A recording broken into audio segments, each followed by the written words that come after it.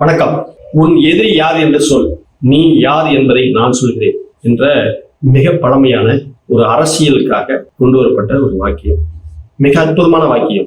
இது இன்றைய அரசியல் சூழலுக்கு மிக பொருத்தமாக இருக்கும் அப்படின்னு நான் நினைக்கிறேன். இந்த வாக்கியத்தை 4ஆம் நூற்றாண்டு அப்போது புனித அகஸ்டின் என்ற ஒரு தத்துவ ஆசிரியர் இந்த வார்த்தையை பயன்படுத்தியிருக்கார். அதற்கு அடுத்தது 20ஆம் நூற்றாண்டுல ஜெர்மனியை சேர்ந்த கார்ல் ஷ்மித் அப்படின்னு சொல்லக்கூடிய ஒரு பொலிட்டிக்கல் ஆசிரியர் இந்த வார்த்தையை மிக அதிகமாக பயன்படுத்தியிருக்கிறார். அதுக்கு பின்னாடிதான் இந்த வார்த்தை வந்து பிரபலமாக இருக்குது. எல்லோருக்கிட்டையும் போய் சேர்ந்துருக்குது. இந்த வார்த்தை எல்லோருக்கிட்டையும் போய் சேர்றதுக்கு கார்ல் ஷ்மித் தான் காரணம். நான் கூட இதை வந்து கார்ல் மார்க்ஸ் தான் இதை பயன்படுத்தினாரு அப்படின்ற மாதிரி நினைச்சேன்.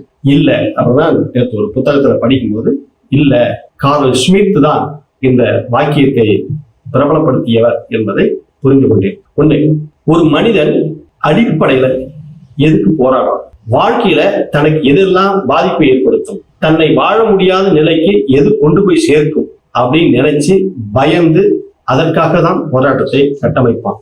அதே மாதிரிதான் அரசியல் இயக்கங்கள், அரசியல் கட்சிகள் இந்த மக்களுக்கு, இந்த சமூகத்திற்கு எது எதெல்லாம் பாதிப்பு அப்படின்றத உணர்ந்து அதற்காக தன்னுடைய போராட்ட களத்தை கட்டமைப்பார்கள், அதற்காக போராடுவார்கள். அப்படி போராடிக்கிட்டு இருக்கக்கூடிய காலகாலமா இருக்கு. இன்னைக்கு நேற்று இல்லை, என்னைக்கு மனிதன் தோன்றினோ, என்னைக்கு வந்து தனி உடைமை சொத்து தனி உடைமையாக மாறியதோ அன்னையிலிருந்து ஒரு பக்கம் பசி, இன்னொரு பக்கம் மாட மாளிகை, ஒரு பக்கம் வறுமை, இன்னொரு பக்கம் கோட கோபுரம், ஒரு பக்கம் சொகுசான வாழ்க்கை, இன்னொரு பக்கம் ஏழ்மையான வாழ்க்கை அப்படின்ற ஒரு சூழல் வரும்போது இது காலத்திற்கும் இந்த போராட்டங்கள் வடிவம் தான் மாறும், ஆட்கள் தான் மாறுவாங்க. ஆனா காலாகாலத்திற்கும் இந்த மாதிரியான போராட்டங்கள் தொடர்ந்து இருந்து கொண்டே இருக்கும். அந்த மாதிரியான கள நிலவரம் தான் இன்னைக்கு இருக்கக்கூடிய அரசியலும் நம்ம பொருத்தி பார்க்கணும். குறிப்பா மாறவே மாறாதது, மாறக்கூடாது அப்படின்னு சொல்லிட்டு இருக்கிறது தான் இந்தியாவை பொறுத்தவரைக்கும் சனாதனம், மனு தர்மம். இந்த மனு தர்மமாகப்பட்டது என்ன அப்படின்னு சொல்லி கேட்டீங்கன்னா, தொழிலை அடிப்படையாக வைத்து பிரிப்பது, அந்த பிரிவை உயர்வு தாழ்வை கற்பிப்பது, அந்த உயர்வுக்கு புனிதம் என்று பட்டம் கட்டுவது, தாழ்வுக்கு கேவலம் என்று உச்சரிப்பது, அதற்கு கடவுள் பெயரை கொண்டு வருவது, சாட்சியாக இருப்பது, அதற்கு பாதுகாப்புக்கு ஆரியர்களை நிறுத்துவது, இதுதான் சனாதனம். இப்ப இந்த சனாதனத்தினுடைய ஆணி வேர் அப்படின்னு சொல்லக்கூடியது சாதி மதம். இந்த சாதி மதத்தை மீண்டும் கட்டமைக்கணும் அப்படின்றதுக்காக பாடுபடக்கூடிய இயக்கங்கள் தான் RSS, பாரதிய ஜனதா கட்சி. அது இன்னைக்கு இந்தியா முழுக்க அது பரவிருக்கிறது. இந்தியாவே இன்னைக்கு ஆட்சி செய்து கொண்டிருக்கிறது. இன்னொரு பக்கம் மாற்றம் என்ற சொல்லு மட்டும்தான் மாறாது, மற்ற எல்லாமே விஞ்ஞானத்துக்கு உட்பட்டது, மாறுதலுக்குரியது அப்படின்னு சொல்லக்கூடிய, அதாவது கல்விக்கு அடுத்தது வந்த பின்னாடி அறிவு, அறிவுக்கு வந்த பின்னாடி சிந்தனை, சிந்தைக்கும் போதே பகுத்தறிவு, இப்படி படிப்படியா எல்லாமே மாறுதலுக்குரியது அப்படின்னு சொல்லி 2 களங்கள் தான் அரசியல் களத்துல இருக்கிறது. ஒன்று விஞ்ஞானம், பகுத்தறிவு, அறிவு, 2வது சனாதனம், ஆரியம். இந்த 2 களங்கள் தான் இன்னைக்கு இந்திய அரசியலையே புரட்டி போட்டு கொண்டு இருக்கிறது. நீங்க 2001 நீங்க பாத்தீங்கன்னா குஜராத்ல முதலமைச்சராக இருந்த திரு நரேந்திர மோடி அவர்கள் மிகப்பெரிய அந்த இதை இந்து மதத்தினுடைய இன்னைக்கு அவர் தான் அசைக்க முடியாத நம்பிக்கை நட்சத்திரமாக இருக்கிறார். அப்ப 2001 அவர் ரயில் எரிப்பு சம்பவத்தில் இருந்து பெரிய பெரிய நிகழ்வுகள்லாம், அங்க மிகப்பெரிய மோசமான வன்முறைகள்லாம் நிகழ்ந்தது. பல 100 பேர் அதுல வந்து கொல்லப்பட்டாங்க.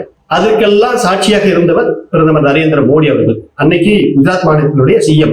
அப்ப இந்த தத்துவங்களை பாதுகாக்கணும் அப்படின்றதுக்காக அவர் தொடர்ந்து முன்னிக்கிறார். அப்ப விஞ்ஞானம், பகுத்தறிவும் சொல்லக்கூடிய இயக்கங்கள், திராவிட இயக்கங்கள், கம்யூனிஸ்ட் கட்சி, இவங்க எல்லாம் ஒரு அணியாகவும் தொடர்ந்து இந்தியா முழுக்க களமாடி கொண்டிருக்கிறாங்க. இப்ப கூட மேற்கு வங்கத்துல பாத்தீங்கன்னா கார்ல் மார்க்ஸினுடைய சிலையை பாரதிய ஜனதா கட்சியினுடைய தொண்டர்கள் கார்ல் மார்க்ஸினுடைய சிலையையும் லெனினுடைய சிலையையும் இடதுசாரி சித்தாந்தவாதிகளுடைய தத்துவவாதிகளுடைய சிலைகளை அடித்து நொறுக்கி துவசம் பண்ணிட்டு இருக்காங்க. இப்ப நடந்துட்டு இருக்கு. கடந்த 5 ஆண்டுகளுக்கு முன்பு திரிபுராவில கார்ல் மார்க்ஸினுடைய சிலை, லெனினுடைய சிலையை உடைத்து நொறுக்கினார்கள். இப்ப மேற்கு வங்கத்தில் நடந்துட்டு இருக்குது. இப்ப அவங்களுக்கு அந்த சிலையை கண்டாவே பயம்.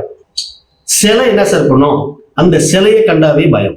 அதே மாதிரிதான் தமிழ்நாட்டிலையும் தந்தை பெரியாருடைய சிலையை, டாக்டர் அம்பேத்கருடைய சிலையை இன்னைக்கும் பல இடங்கள்ல அந்த சிலைகளுக்கு மேல கல் வீசத்து, சிலைக்கு மேல சாயம் பூசத்து, அந்த கையை நீட்டிட்டு இருக்கிற கையை வந்து அடிச்சு உடைச்சிடுறது, இப்படி பல்வேறு விதமான அந்த சிலைகளை இன்னைக்கு உடைக்கின்ற வேலைகள் இன்னைக்கும். ஏன்னா இங்க அம்பேத்கருடைய இயக்கங்களும் பெரியாருடைய இயக்கங்களும் இங்க வலுவாக இருக்கிறதுனால அதை அவங்களால இங்க முழுமையாக கொண்டுட்டு போய் சேர்க்க முடியல, உடைக்க முடியல. அதனால இன்னைக்கும் பெரியாருக்கும் அம்பேத்கருக்கும் தமிழ்நாட்டில் இன்னைக்கும் ஆபத்து இருக்கு. அது மாதிரி இந்த சிலைகளை பாதுகாப்பதற்கு இன்னைக்கு அரசாங்கம் பல முயற்சிகள் எடுத்துட்டு இருக்கு. காரணம் என்னன்னு கேட்டீங்கன்னா, சிலைக்கெல்லாம் நம்ம பந்தோபஸ்து போடுற பகுதியெல்லாம் உண்டு. இப்ப இந்த போராட்டங்கள், இந்த சிலைகளை கண்டாவே பாரதிய ஜனதா கட்சிக்கு மிகப்பெரிய கோபம் வருது. ஏன்னா அந்த சிலைக்கு பின்னாடி இருக்கக்கூடிய ஒரு தத்துவம், அந்த தத்துவம் அவர்களுக்கு எதிரானது, சனாதனத்துக்கு எதிரானது.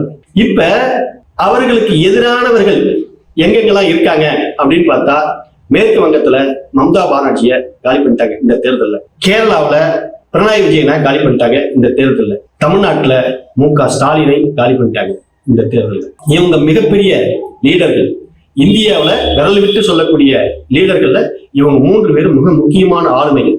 இந்த மிக முக்கியமான ஆளுமைகளை இன்னைக்கு தோற்கடித்திருக்கிறார்கள்.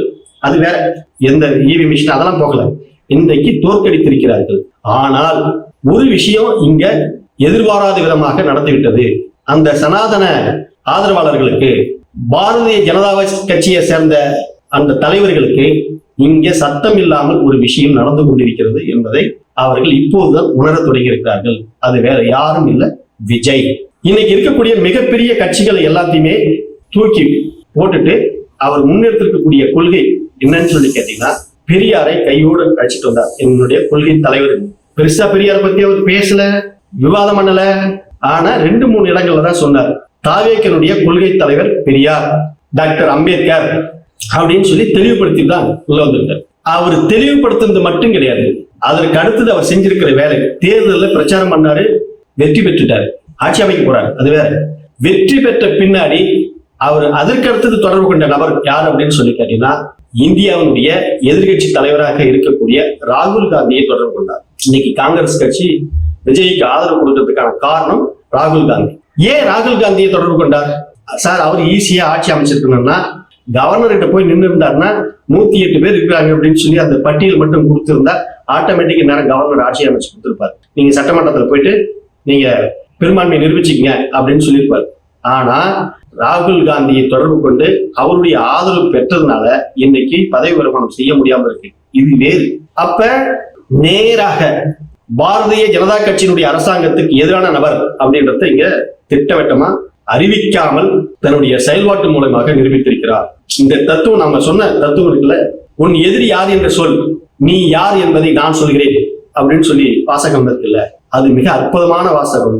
என் எதிரி யார் என்பதை தாவேக்கனுடைய தலைவர் ஜோசப் விஜயினுடைய எதிரி யார் என்பதை சொல்லாமல் மறைமுகமாக பாரதிய ஜனதா கட்சியை சேர்ந்த தலைவர்கள் தான் என்னுடைய எதிரி, RSS தலைவர்கள் தான் என்னுடைய எதிரி என்பதை மறைமுகமாக தன்னுடைய செயல்கள் மூலமாக நிரூபித்து விட்டார். இங்க களத்தில் இருக்கக்கூடிய நிலைமை மோடியால் இங்க மோத முடியாது, விஜய் கிட்ட மோத முடியாது. விஜயை தொட்டு பார்க்கணுமே. நாளைக்கு வேணா இடி, வருமான வரித்துறை, சுங்கத்துறை இதெல்லாம் வச்சிருக்கீங்களா கையில, இதெல்லாம் வச்சுக்கிட்டு நீங்க ஸ்டாலின் வீட்டுக்கு போக முடியும், ஒரு மந்திரி வீட்டுக்கு போக முடியும், முன்னாள் மந்திரி வீட்டுக்கு போக முடியும், எடப்பாடி பழனிசாமியை டிஸ்டர்ப் பண்ண முடியும். ஆனால் விஜயை உங்களால் தொடக்கூட முடியாது, கிட்ட கூட நெருங்க முடியாது. விஜய் தொட்டா தமிழ்நாடு அப்படியே பத்தி எரியும். அந்த அளவிற்கு இன்னைக்கு விஜய் கிட்ட பாதுகாப்பு கவசங்கள் இருக்கிறது. விஜய்க்கு 4 நாளா பதவி பிரமாணம் செய்து வைக்கல, அதுக்கு இன்னைக்கு சமூக வலைதளத்துல எத்தனை பேர் இன்னைக்கு கதறான், ரோடு இன்னைக்கு சம்பித்து போய் நிற்கிற அளவுக்கு இன்னைக்கு ஆர்ப்பாட்டமும் போராட்டமும் நடக்க தொடங்கிது. இன்னும் கவர்னர் இன்னும் இதை நாள் கணக்கில் இழுத்தார்னா, இதை பதவி பிரமாணம் செய்து வைக்காமல் கவர்னர் ஆட்சி, குடியரசுத் தலைவருடைய ஆட்சியை கொண்டு வந்துட்டால் நாடு பத்தி எரியும். சாதாரணமான விஷயங்கள் அல்ல. அந்த அளவுக்கு இன்னைக்கு விஜயனுடைய ஆதரவு சக்தி, மோடியினுடைய எதிர்ப்பு சக்தி இன்னைக்கு தமிழ்நாட்டில் வேரூன்றி இருக்கிறது. தன்னுடைய எதிரி யார் என்பதை தீர்மானிக்காமல், முடிவு செய்யாமல் தேர்தல் களத்துக்கு வந்த சீமான் இன்னைக்கு காணாமல் போயிட்டார். விஜய் டிசைட் பண்ண தான் எதிரி யாருன்றத டிசைட் பண்ண அந்த நபர்கள் அத்தனை பேரும் தோல்வி. திமுகவுக்கும் தாவேக்காவுக்கும் பெரிய கொள்கை முரண்பாடுலாம் கிடையாது, பெரிய கொள்கை வேறுபாடுலாம் கிடையாது. அவங்களும் பெரியார பேசுறாங்க, இவரும் பெரியார தூக்கி பிடிச்சுட்டு தான் வராரு. அவங்களும் அண்ணாவுடைய எங்களுடைய வழிகாட்டி தலைவர்ன்றாங்க, இவங்களும் அண்ணா எங்களுடைய வழிகாட்டி தலைவர்ன்றாரு. இங்க எந்த விதமான தாவேக்காவிற்கும் திமுகவிற்கும் எந்த விதமான பிரச்சனையும் கிடையவே கிடையாது. பிரச்சனை எங்க இருக்குதுன்னு கேட்டீங்கன்னா, இன்னைக்கு திமுக முன்னெடுக்க முடியாத, திமுக சில இடங்கள்ல சோர்வடைஞ்சு போயிருக்குது, திமுக சில இடங்கள்ல சோர்வடைஞ்சு போன மட்டும் கிடையாது, ஊழல்வாதிகளை பக்கத்துல வச்சிருக்குது. அதனால திமுகவை ஓரம் கட்டிட்டு திமுக இருக்கிற இடத்துக்கு விஜய் வர்றதுக்கு துடிக்கிறார், அவ்வளவுதான். ஆனா திமுகவை விட மோடி எதிர்ப்புல, பாரதிய ஜனதா கட்சியினுடைய எதிர்ப்புல இங்க காணாமல் போய்விட்டது. இன்னைக்கு பாருங்க, பாரதிய ஜனதா கட்சியினுடைய ஆதரவோடு வந்த அதிமுக இன்னைக்கு காணாமல் போயிடுச்சு. பாரதிய ஜனதா கட்சியோட ஆதரவோடு வந்த பாட்டாளி மக்கள் கட்சி இன்னைக்கு காணாமல் போயிடுச்சு. 4 இடங்கள் தான் வெற்றி பெற்றிருக்காங்க. பாரதிய ஜனதா கட்சி ஒரே ஒரு இடங்கள் தான் வெற்றி பெற்றிருக்காங்க. ஆனா தன்னுடைய எதிரி யாருன்னு டிசைட் பண்ணிட்டு வந்தாங்கல்ல கம்யூனிஸ்ட் கட்சிகள், தன்னுடைய எதிரி யாருன்னு டிசைட் பண்ணிட்டு வந்த விடுதலை சிறுத்தைகள், தன்னுடைய எதிரி யாருன்னு டிசைட் பண்ணிட்டு வந்த திமுக, தன்னுடைய எதிரி யாருன்னு டிசைட் பண்ணிட்டு வந்த தாவேகா, இவங்க யாரும் சோர்வடைந்து விடவில்லை. தன்னுடைய கொள்கை வழிகாட்டியாக எடுத்துக்கொண்ட அந்த கார்ல் மார்க்ஸினுடைய தத்துவத்தையும், தன்னுடைய கொள்கை வழிகாட்டியாக எடுத்துக்கொண்ட பெரியாருடைய வழிகாட்டியாக எடுத்துக்கொண்ட விடுதலை சிறுத்தையும் அவங்க கையில தான் இன்னைக்கு அதிகாரமே இருக்கு. தமிழ்நாட்டினுடைய அதிகாரம் 2 கம்யூனிஸ்ட் கட்சி, விடுதலை சிறுத்தை, இவங்க கையில தான் இன்னைக்கு கீ இருக்கு. அதுக்கு அடுத்த கீ முன்னாள் முதலமைச்சர் ஸ்டாலின் கையில இருக்கு. ஆக தாவேக்கா எங்க போய் ஆதரவு கேட்கறாங்கன்னா தன்னுடைய கொள்கைவாதிகள்கிட்ட தான் ஆதரவு கேட்கறாங்க. அவங்க போயிட்டு பாட்டாளி மக்கள் கட்சி கிட்ட போய் ஆதரவு கேட்கல, அதிமுக கிட்ட ஆதரவு கேட்கல. தன்னுடைய கொள்கை மோடி எதிர்ப்பு அலையில, மோடி எதிர்ப்பு சிந்தனையில, பாரதிய ஜனதா கட்சியினுடைய எதிர்ப்புல யார் யாரெல்லாம் இருக்காங்களோ, ராகுல் காந்தி இருக்காரு, அவருடைய ஆதரவு கேட்டு வாங்கிட்டாங்க, கம்யூனிஸ்ட் கட்சியினுடைய ஆதரவை கேட்டு வாங்கிட்டாங்க, விடுதலை சிறுத்தையினுடைய ஆதரவை கேட்டு வாங்கிட்டாங்க. இப்ப ஆட்சி அமைக்க போறாங்க. அதனால இங்க மிக ஆழமாக தமிழ்நாட்டில் கூர்த்தீட்டப்பட்டு இருக்கிறது. பெரியாரிய சிந்தனைவாதிகளா, அம்பேத்கருடைய சிந்தனைவாதிகளா, அல்லது நேர் எதிராக இருக்கக்கூடிய சனாதன கருத்தியல்வாதிகளா அப்படின்றத இங்க விஜய் மூலியமாக மிக கூர்மையாக களம் மாறி இருக்கிறது. இது பெரியார் மண் அல்ல, பெரியாரே எங்களுக்கு மண்ணு தான் அப்படின்னு சொன்ன சீமான் 8% ஓட்டு வாங்கியிருந்தவர் இன்னைக்கு 3% போயிட்டார், காணாம போயிட்டார். நாங்க 11%, 12% வச்சிருக்கிறோம்னு சொன்ன பாரதிய ஜனதா கட்சி இன்னைக்கு காணாமல் போயிடுது. அரசியல் களத்துல கொள்கை பிடிப்போட தன்னுடைய எதிரி யாருன்னு டிசைட் பண்ண விடுதலை சிறுத்தை கட்சியினுடைய தலைவர் திருமாவளவன் அவர்கள் இன்னைக்கு களத்துல நிக்கிறார். அவர் தான் இன்னைக்கு தமிழ்நாட்டு அரசியல டிசைட் பண்றாரு.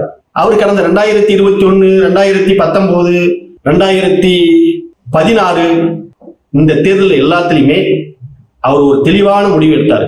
என்ன முடிவு எடுத்தார்னா, தன்னுடைய எதிரியை அவர் டிசைட் பண்ணார். அவர் தான் தமிழ்நாட்டினுடைய அரசியலையே இங்க புரட்டி போட்டவர் திருமாவளவன் தான். சனாதன சக்திகளும் சாதிய அடிப்படைவாதிகளும் எந்த கூட்டணியில் இருந்தாலும் விடுதலை சிறுத்தைகள் கட்சி அந்த கூட்டணியில் இருக்காது அப்படின்னு பகிரங்கமாக அறிவிச்சார். தன்னுடைய கொள்கை எதிரி யாருன்னு டிசைட் பண்ணார். அதனால இன்னைக்கு பாட்டாளி மக்கள் கட்சி இருக்கிற இடமே தெரியாமல் கொஞ்சம் கொஞ்சமாக அழிந்து கொண்டிருக்கிறது. இல்லைன்னா இவரு திருமாவளவன் அந்த முடிவு எடுக்கல அப்படின்னு சொல்லி கேட்டா, நிறைய டைம் வாய்ப்பு கிடைக்கும் போதெல்லாம் திமுக கூட அவங்க கூட்டணி வச்சுக்குவாங்க. இந்த வாட்டி திமுக ஜெயிக்க போகுது அப்படின்னா திமுக கூட வந்துருவாங்க. அடுத்த முறை ஏடிவிகே ஜெயிக்கும் அப்படின்னு கேட்டா அடுத்த முறை ஏடிவிகே போயிடுவாங்க. இப்படி மாறி மாறி கூட்டணி வச்சுக்கிட்டு இருந்த பாட்டாளி மக்கள் கட்சி இன்னைக்கு தமிழ்நாட்டில் எடுபடாமல் போய்விட்டது. அதற்கு காரணம் தன்னுடைய கொள்கை எதிரி யார் என்று டிசைட் பண்ண திருமாவளவன் தான் காரணம். இன்னைக்கு தமிழ்நாட்டு அரசியல்ல அதிமுக கொஞ்சம் கொஞ்சமாக மறைந்து போனதற்கு காரணம் யார் என்றால் அதற்கும் திருமாவளவன் தான் காரணம். கொள்கை எதிரிகளை, கொள்கை கூட்டணியை மையமாக வைத்து ஒரு அரசியல் கட்டமைப்பை உருவாக்கியதில் பெரும் பங்கு வகித்தவர் திருமாவளவன். அதனாலதான் இன்னைக்கு அரசியலும் இன்னைக்கு ஆட்சியும் அவருடைய கட்டுப்பாட்டுல, அவர் முடிவு எடுக்கக்கூடிய இடத்துல இன்னைக்கு இருக்கிறார். அதுக்குதான் சொன்னேன், மீண்டும் சொல்றேன், உன் எதிரி யார் என்று சொல், நீ யார் என்பதை நான் சொல்கிறேன் அப்படின்னு சொன்ன அந்த வாசகத்துக்கு பொருத்தமான இடத்துல இன்னைக்கு கொள்கைவாதிகள் எல்லோரும் இடதுசாரிகளாக இருக்கட்டும், திராவிட இயக்கங்களை சார்ந்தவர்களாக இருக்கட்டும், அந்த வழியில இன்னைக்கு தாவேக்காவும் நிற்கிறது. தன்னுடைய கொள்கை எதிரி யார் என்பதை டிசைட் பண்ணிட்டு நிக்குது. அதான் இங்க முக்கியமான களம். இப்ப அந்த கொள்கை எதிரி தான் தாவேக்காவை ஆட்சி அமைக்க விடாமல் தடுத்து நிறுத்தி வருகிறது.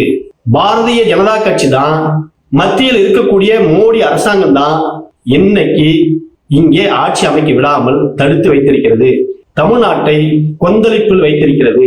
முழுக்க பாரதிய ஜனதா கட்சி தான் காரணம். அதனால இங்க ஒரு கொள்கை கூட்டம், இங்க கருத்தியல் ரீதியாக, சிந்தனை ரீதியாக ஒரு கொள்கை கூட்டம் இங்க அழகாக உருவாகி இருக்கிறது. இந்த மண்ணில் சனாதனத்திற்கு இடமில்லை, சாதிய அடிப்படைவாதிகளுக்கு இங்க இடமில்லாமல் போய்விட்டது. இதுதான் நிதர்சனமான உண்மை. நன்றி.